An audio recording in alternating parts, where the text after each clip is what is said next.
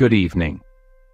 I'm Dr. Cortex, here to discuss the system responsible for every poem, parking violation, and midnight impulse you've ever produced, the human brain. About 3 pounds of fat, sugar, and electrical confusion, all held together by the mothers, or matters. The dura mater, the arachnoid mater, and the pia mater. We'll focus on its outer layer, the cerebral cortex, divided into regions that cooperate with remarkable precision and argue with equal enthusiasm. At the front sits the frontal lobe, home of planning, reasoning, emotion, and voluntary motion. The prefrontal cortex handles judgment, impulse control, and social behavior, or fails to, after the third drink. Just behind it, the precentral gyrus, or primary motor cortex, dispatches voluntary commands to skeletal muscles through descending tracts and maps muscle groups from head to toe in what neuroscientists charmingly call the motor homunculus. Damage here produces weakness or paralysis on the opposite side of the body, occasionally paired with newfound enthusiasm for karaoke. A 19th century railway worker named Phineas Gage once survived a tamping iron through this lobe and promptly became less enjoyable at dinner parties. Behind that lies the parietal lobe.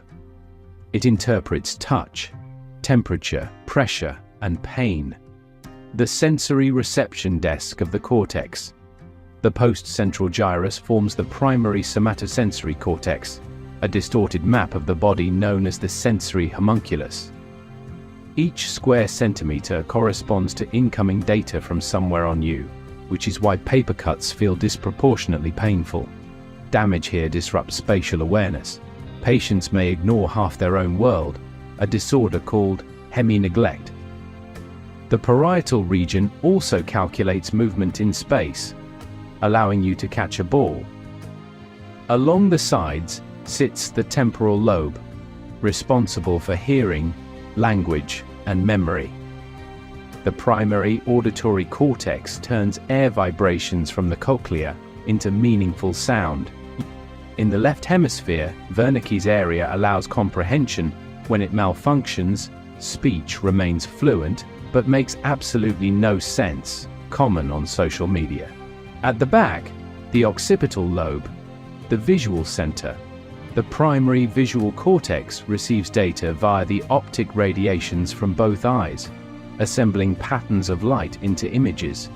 It then forwards that information to temporal regions for recognition and to parietal areas for spatial mapping. The reason you can both see a cup and miss your mouth. Below the cerebrum rests the cerebellum, Latin for little brain. It fine-tunes movement, posture, and balance through feedback loops with the motor cortex and spinal cord. Damage produces staggering gait and involuntary tremors, a convincing impression of intoxication, without any of the fun. Deeper still lies the insula, a concealed cortical island processing taste, linking visceral sensation and self-awareness.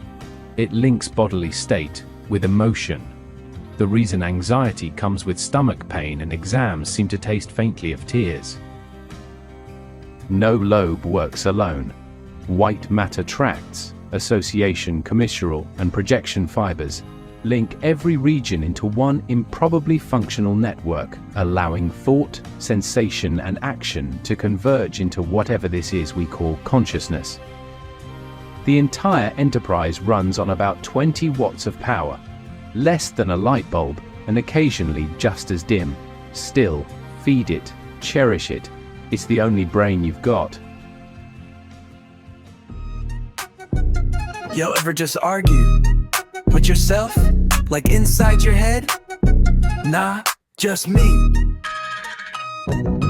Damn, my brain got beef with me, bro. Hey, why my brain always talking trash? Yo, shut up. I'm saying dumb stuff, bringing up my past. Let it go. Every time I try to sleep, it wanna run it back. Mama, that one time, nah, we ain't doing that. Nope.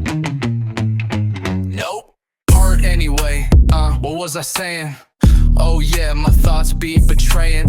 One says, bro, go chase your dreams. The other like, nah, stay home, eat cheese. I ain't bring out voices, man, they don't agree. Nah, bro. One